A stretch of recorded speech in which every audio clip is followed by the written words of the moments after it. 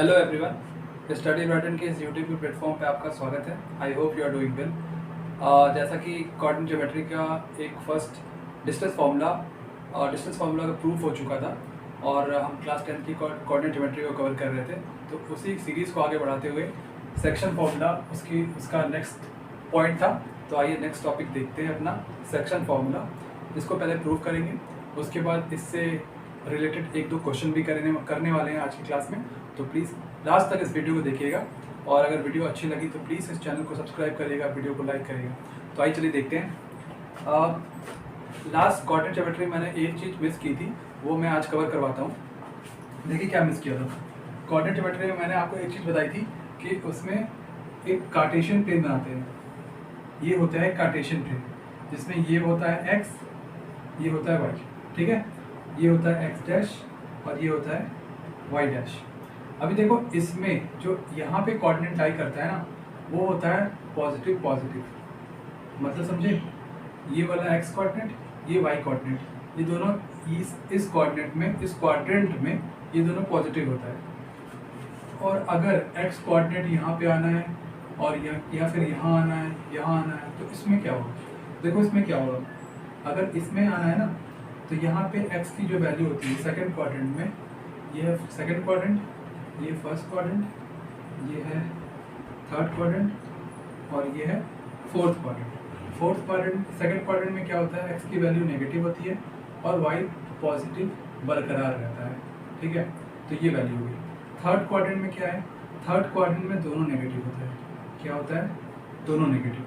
Fourth में क्या होता है, फोर्थ में x पॉजिटिव होता है और y नेगेटिव होता है। समझ गए। फर्स्ट क्वाड्रेंट में दोनों पॉजिटिव रहता है, दोनों क्वाड्रेंट। सेकंड क्वाड्रेंट में क्या होता है, x नेगेटिव हो जाता है और y पॉजिटिव रहता है।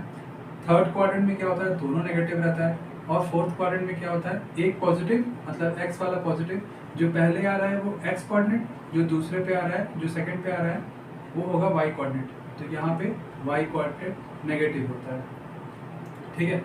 ये चीज़ हो गई एक कार्टेशियन प्लेन की बात। कोऑर्डिनेट को कैसे रिप्रेजेंट करना है कार्टेशियन प्लेन पे, उसकी ये बात होगी। तो चलिए अपने टॉपिक पे आते हैं, जो कि है सेक्शन फार्मूला।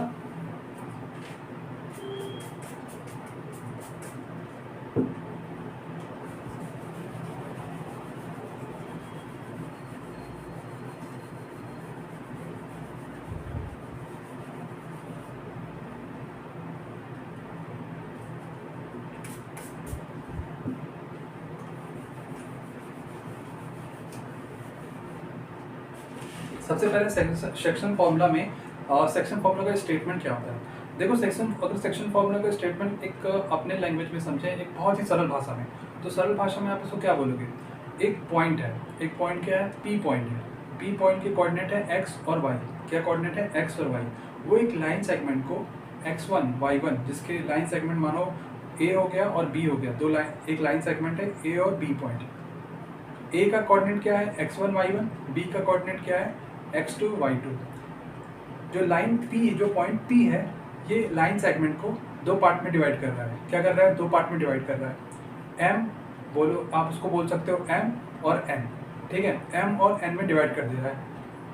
तो आपको ये भी तो पता होना चाहिए, जो P पॉइंट है उसके कोऑर्डिनेट x और y हैं, तो x और y की वैल्यू क्या होगी। सो आपको ये पता होना चाहिए ना, you should know that the value of x and y of the coordinate of P, ठीक है। तो वही हम प्रूव करने वाले हैं। तो आओ पहले देखते हैं, पहले इसका एक डायग्राम बना लेंगे। पहले डायग्राम बना लेते हैं। एक कार्टेशियन प्लेन हो गया, ठीक है। ये x, ये x डैश, ये y डैश है, ये y डैश। तो देखो क्या होगा, ये एक लाइन सेगमेंट है, ये पॉइंट है, पॉइंट क्या है, P है, ये A है, ये B है। इसके कोऑर्डिनेट है x2 y2, इसके कोऑर्डिनेट है x1 y1, इसके कोऑर्डिनेट है x और y। So what we have to find, so we have to find the coordinates of P, ठीक है। इसके कोऑर्डिनेट फाइंड आउट करने हैं।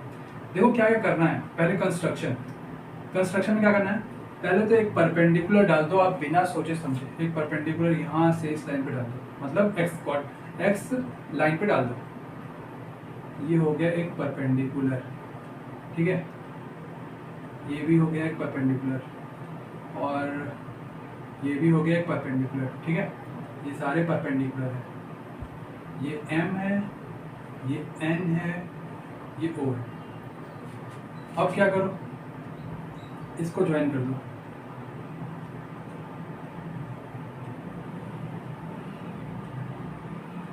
ठीक है। क्या किया आपने, इसको यहाँ वाली पॉइंट पे यहाँ से यहाँ पे परपेंडिकुलर डाल दिया, सेम एज यहाँ पे, यहाँ से A से आपने यहाँ पे इस लाइन पे एक परपेंडिकुलर डाल दिया, यहाँ इसका नाम रख दो R, इसका रख दो P, ठीक है।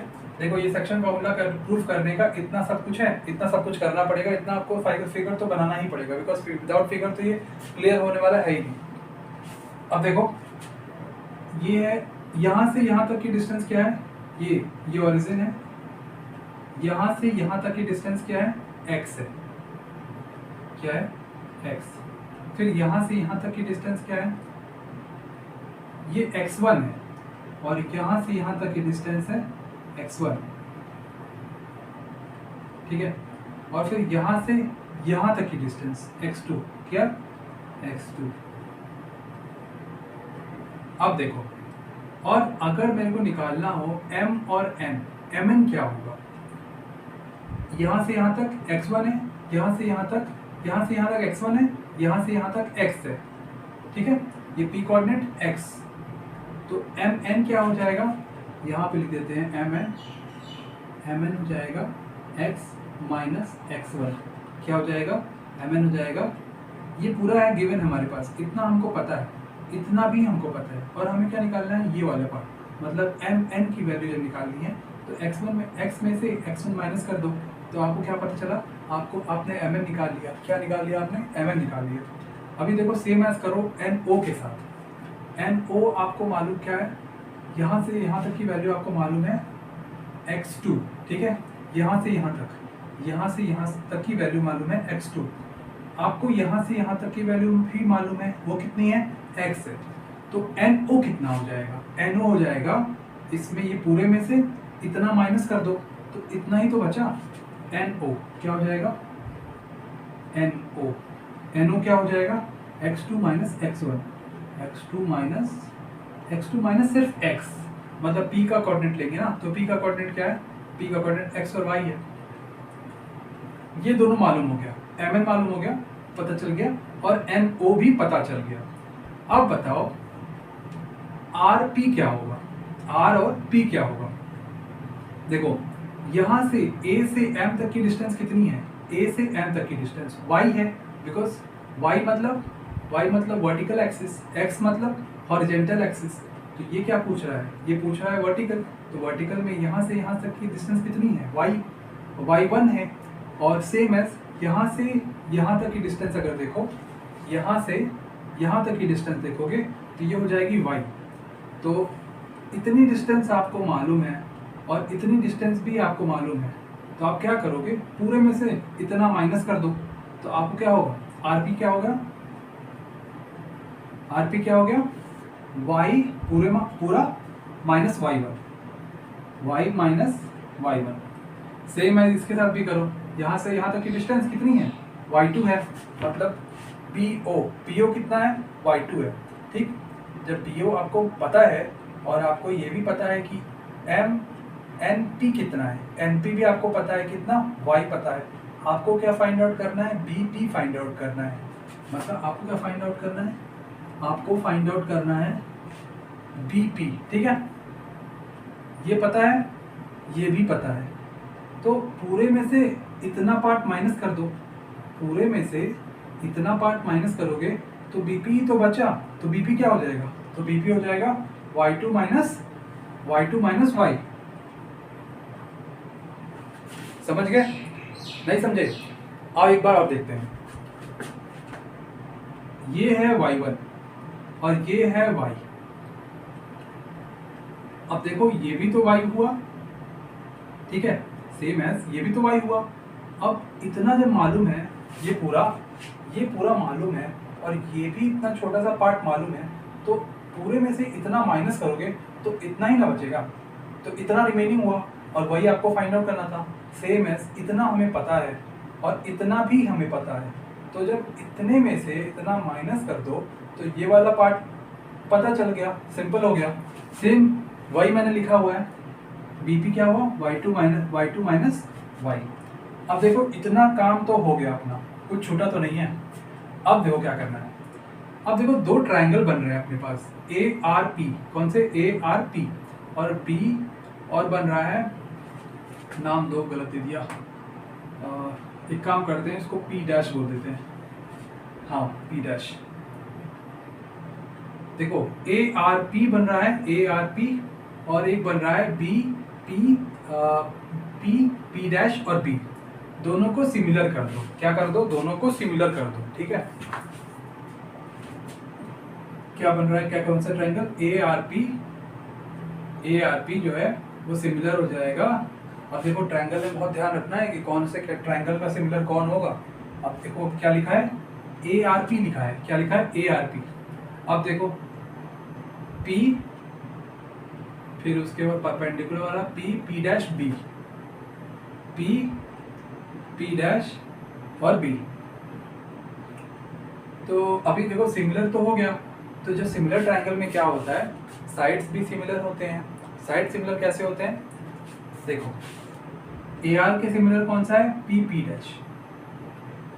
अब तो लगा कुछ देर बाद बोर्ड पे जगह भी नहीं है, देखो ए आर के सिमिलर क्या हुआ, पी डैश, आर पी के सिमिलर क्या हुआ, आर पी के सिमिलर हो गया P dash B. A P के सिमिलर क्या हुआ, मतलब A P by P B. देखो ये इतना साइड्स निकल के आया, ठीक है। अब इन साइड्स पे इनकी वैल्यू पुट कर दो, क्या कर दो, इनकी वैल्यू पुट कर दो। तो अभी देखो कुछ करना पड़ेगा। पहले तो देखो ये NO है और ये PP डैश है, तो दोनों बराबर होंगे, दिख रहा है, बिकॉज जो जितना ये होगा उतना ही ये होगा, बिकॉज परपेंडिकुलर डाला गया है ना, परपेंडिकुलर डाला गया है, तो साइड्स तो सेम होगी, सेम जितना MN होगा उतना AR होगा। तो एक काम करते हैं, कुछ एक सेकंड,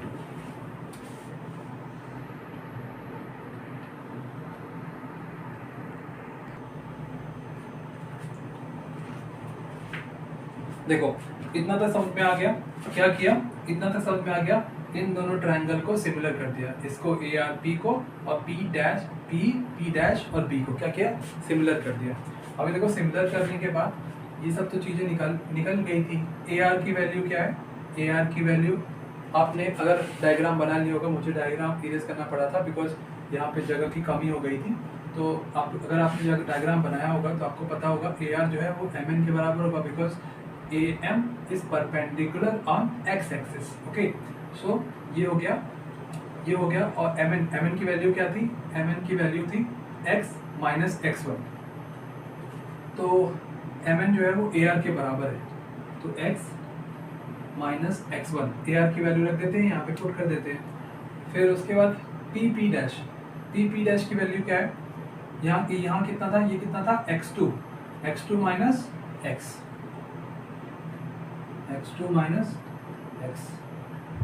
देखो सेक्शन फॉर्मूला में बेसिकली करना क्या है, आपको p कोऑर्डिनेट की वैल्यू निकालनी है। क्या करनी है आपको, p कोऑर्डिनेट की वैल्यू निकालनी है, वही है सेक्शन फॉर्मूला। ओके,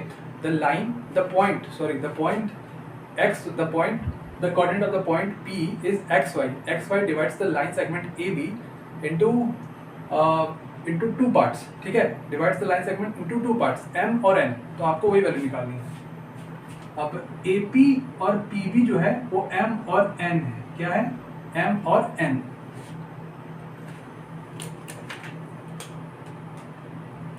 चलो ये हो गया x1 minus x1 by x2 minus x। RP क्या है, RP कहाँ है, RP ये है, वो क्या है, y माइनस y1 है, वो y minus y1 same as p dash b देख लो, p डैश b क्या है y2 माइनस y है, क्या है y2 माइनस y। AP क्या है, AP है m, और PB क्या है, PB है n। अब देखो आपको m और n दो पे रखना है, मतलब दोनों से इक्वेट करना है। एक बार एक काम करो, ऐसे लिखो,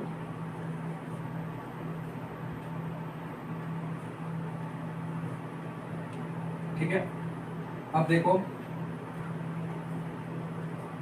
इसको मल्टीप्लाई करना पड़ेगा, देखो इसको मल्टीप्लाई करना पड़ेगा। जब आप मल्टीप्लाई करोगे तो इसमें x की कोऑर्डिनेट आएंगे। x के कोऑर्डिनेट क्या आएंगे, x के कोऑर्डिनेट आएंगे mx2 plus nx1 by m plus n। यहाँ पे m प्लस n आया, ठीक है। अभी क्योंकि बिकॉज ये इंटरनली था, अगर क्वेश्चन में गिवन रहे एक्सटर्नली तो आपको क्या करना है, आपको यहाँ पे m माइनस n रखना है, mx2 minus nx minus 1 by m minus n, क्या mx2 minus nx minus 1 nx1 by m minus n। Same as x का कोऑर्डिनेट मालूम चल गया, सेम एज उसके बाद जब आप इसे सॉल्व करोगे इतना पार्ट को, ठीक है, ये वाले पार्ट को जब आप सॉल्व करोगे, ये वाले पार्ट को, तो y के कोऑर्डिनेट आएंगे, y के कोऑर्डिनेट आएंगे my2 plus ny1 by m plus 1, ठीक है। ये हो गया हमारा सेक्शन फॉर्मूला। y के x के कोऑर्डिनेट आ गए, y के कोऑर्डिनेट आ गए, ठीक है। यही हमारा सेक्शन फॉर्मूला, ठीक है। बहुत ज़्यादा डिफिकल्ट नहीं है, बस थोड़ा सा दिमाग लगा के समझने की बात है। अगर आपको देखो इतना कुछ समझाया, थोड़ा साइज बोर्ड का छोटा है, बट फिर भी अगर आप वीडियो को देखोगे, नहीं समझ में आ रहा है एक बार और देखना, समझ में आ जाएगा, ठीक है। तो ये आज सेक्शन फॉर्मूला की हमारी क्लास थी। अगर आपको क्लास अच्छी लगी तो प्लीज़ इस क्लास के लिए वीडियो को लाइक करिएगा, चैनल को सब्सक्राइब करिएगा, सो प्लीज़, ठीक है। So thank you so much for watching this video. Please do like, share and subscribe. खुश रहिए, पढ़ते रहिए। Signing off, thank you.